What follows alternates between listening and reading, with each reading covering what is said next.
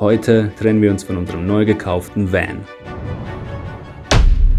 Nach 6 langen Monaten steht unser Van nun abholbereit beim Mechaniker und ich habe endlich meinen Führerschein. Ich bin zwar erst einmal mit Gangschaltung gefahren, aber wie schwer kann das schon sein, so ohne Erfahrung, ein 6 Meter langes, 40-jähriges Auto für 700 Kilometer zu fahren. Es geht also los mit dem dritten Versuch, unsere grüne Liebe in die Schweiz zu importieren. Wenn du die ersten 2 Versuche noch nicht gesehen hast, hol's unbedingt dem hier verlinkten Video nach und abonniere den Channel. Als wir den Van wiedersehen, können wir es kaum glauben, dass dieses Schmuckstück tatsächlich uns gehört. Zu Beginn bin ich überrascht, wie intuitiv sich so ein altes Auto fährt, doch die Bremswege sind wohl länger als gedacht und ich raube jemandem den Vortritt.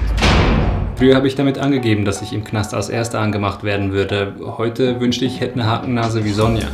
Ach was, Schutzgeld wurde bezahlt und schon ging es weiter.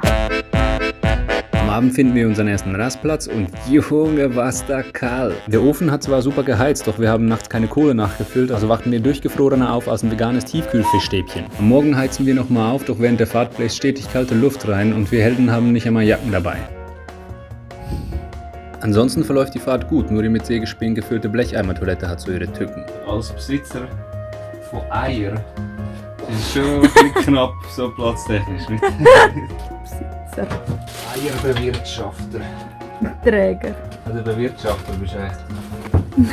Naja, und 4 Tage später waren wir auch schon am Zoll, wo wir statt den erwarteten 1200 Franken das Doppelte liegen gelassen haben, weil das bei LKWs nun mal so sei. Gut, jetzt muss ich den Dinosaurier nur noch durch die Innenstadt manövrieren und wir haben es tatsächlich geschafft. Nach 6 Monaten steht unser neues Zuhause endlich vor unserem aktuellen Zuhause und Vollzeit-Vanlife ist nur noch eine Anmeldung beim Straßenverkehrsamt entfernt.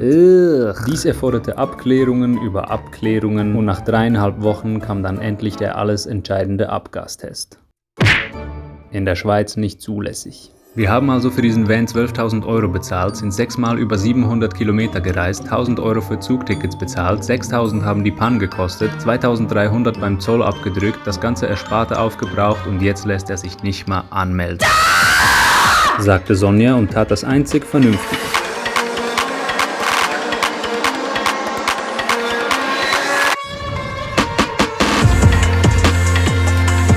Okay, ganz so war es nicht. Das sind metaphorische Bilder.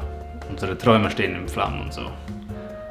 Wir verkaufen den Van natürlich wieder ins Ausland. Doch bevor wir das tun und unser Ausfuhrschild in 2 Tagen abläuft, machen wir noch einen letzten, also den einzigen, Ausflug mit unserem Oldtimer. Da wir ihn verkaufen wollen, ist der Plan, in der Nähe zu bleiben und keine Risiken einzugehen. Innerhalb einer halben Stunde schlägt das Wetter von 7 Tagen Sonnenschein einfach auf tiefsten Winter um. Ohne ABS über verschneite Hügel zu fahren, ist das Dümmste, was wir hätten tun können. Ach ja, Dunkelheit fehlt noch. Okay, wenn wir Glück haben, schneit es morgen nicht mehr und wir können heute sorgenfrei in der Natur übernachten. Okay, fuck it, wir kehren um. Kopf hoch, wir verkaufen ihn jetzt einfach und werden dann mit einem neuen Camper unser Glück finden. Und dann, als ich umparken will, um ein paar Fotos zu machen,